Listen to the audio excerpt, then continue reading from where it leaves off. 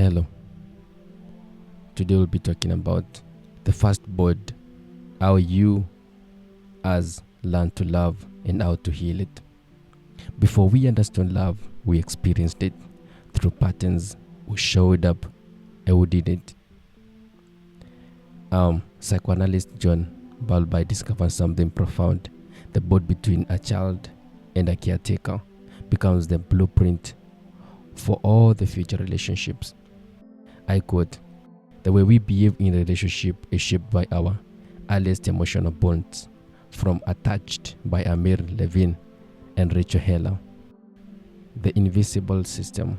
This blueprint becomes a system, an automatic way your mind and body respond to closeness. You don't choose it consciously, it runs beneath awareness. If love felt safe, you move toward people with ease. If it felt uncertain, you move with anxiety. If it felt unavailable, you move away.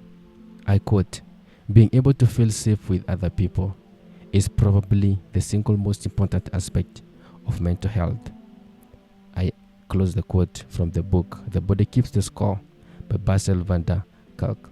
The four pattern, free or autonomous. This pattern forms when a care is consistent. The caregiver responds, protects, and allows independence.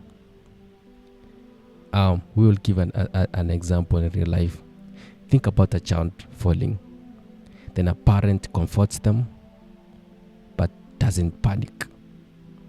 The message becomes, you are safe and you can handle life. When they grow up, this is what happens to them. The pattern now that comes after they grow up or after we grow up. Comfortable with closeness, like we feel comfortable with people close to us. Not afraid of distance. We communicate openly. Even if you didn't grow up this way, it can be built. Practice emotional awareness. Notice your reaction without judgment. Choose stable relationship. Surround yourself with people who are consistent, not chaotic. Regulate your body. Your nervous system must learn safety. Slow breathing. Take pauses before reacting. Sit with the discomfort. You do not rise to the level of your goals. You fall to the levels of your system. From Atomic Habit by James Clear. Security is a system you build. Dismissing or avoidant attachment. This forms when caregivers are distant or rejecting. The child learns that my needs would be met, so they adapt, they stop asking, and they shut down emotionally. So when we grow up or when they grow up, they avoid deep emotional closeness, value dependent excessively, feels uncomfortable depending on others. Now, how do we deal with this one? Because now we grew up, we didn't choose this one. The challenge is learning to feel again, safely. Start small with vulnerability. You don't need to open up fully, of course. Start with the simple truth. I feel uncomfortable today, Alia, my friend, or my dear. I don't usually talk about this. Then stay present when you want to withdraw. Your instinct will be to live emotionally. Pause instead. Refrain dependence. Connection is not weakness, it's a human need. We are social animals actually. An abnormal reaction is to an abnormal situation is normal behavior. From Man's Search for Meaning by Viktor Frankl.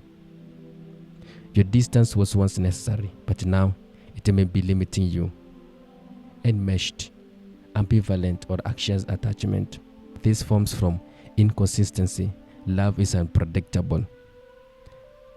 In real life, think about a parent is loving one moment and emotionally available the next. The child learns that I must hold on tightly or I will lose it.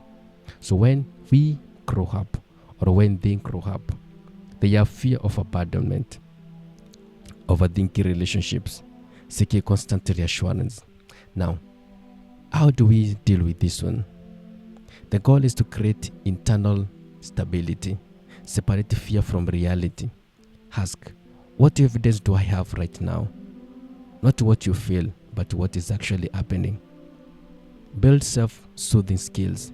Instead of immediately reaching out once, breathe slowly, write your thoughts, maybe in a diary or something. Delay reaction.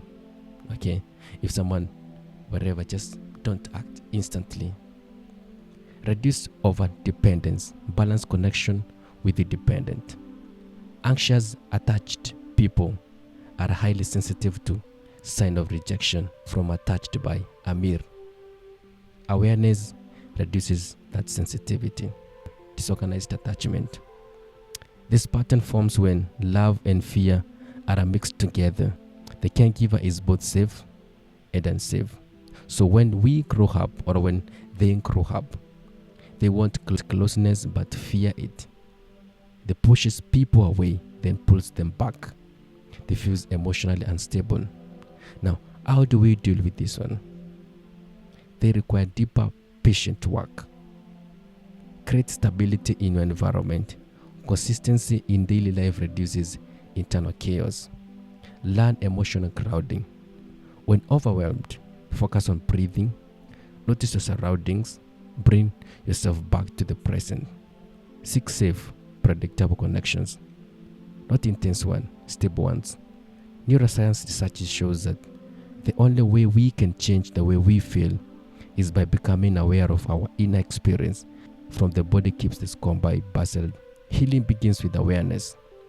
You did not choose your attachment style. It was formed before you and control because you were little. If you don't feel, you repeat it. If you don't, you repeat it. In different relationship with different people, but the same emotional outcome. The way you were loved shaped you, but it doesn't define you, or it doesn't define us, because pattern can be changed. Not instantly, perfectly, but gradually, through awareness, new choices, repetition. Final reflections. You don't just inherit love, you learn it, and what is learned can be relearned. It's your narrator Bensai. Thank you for listening.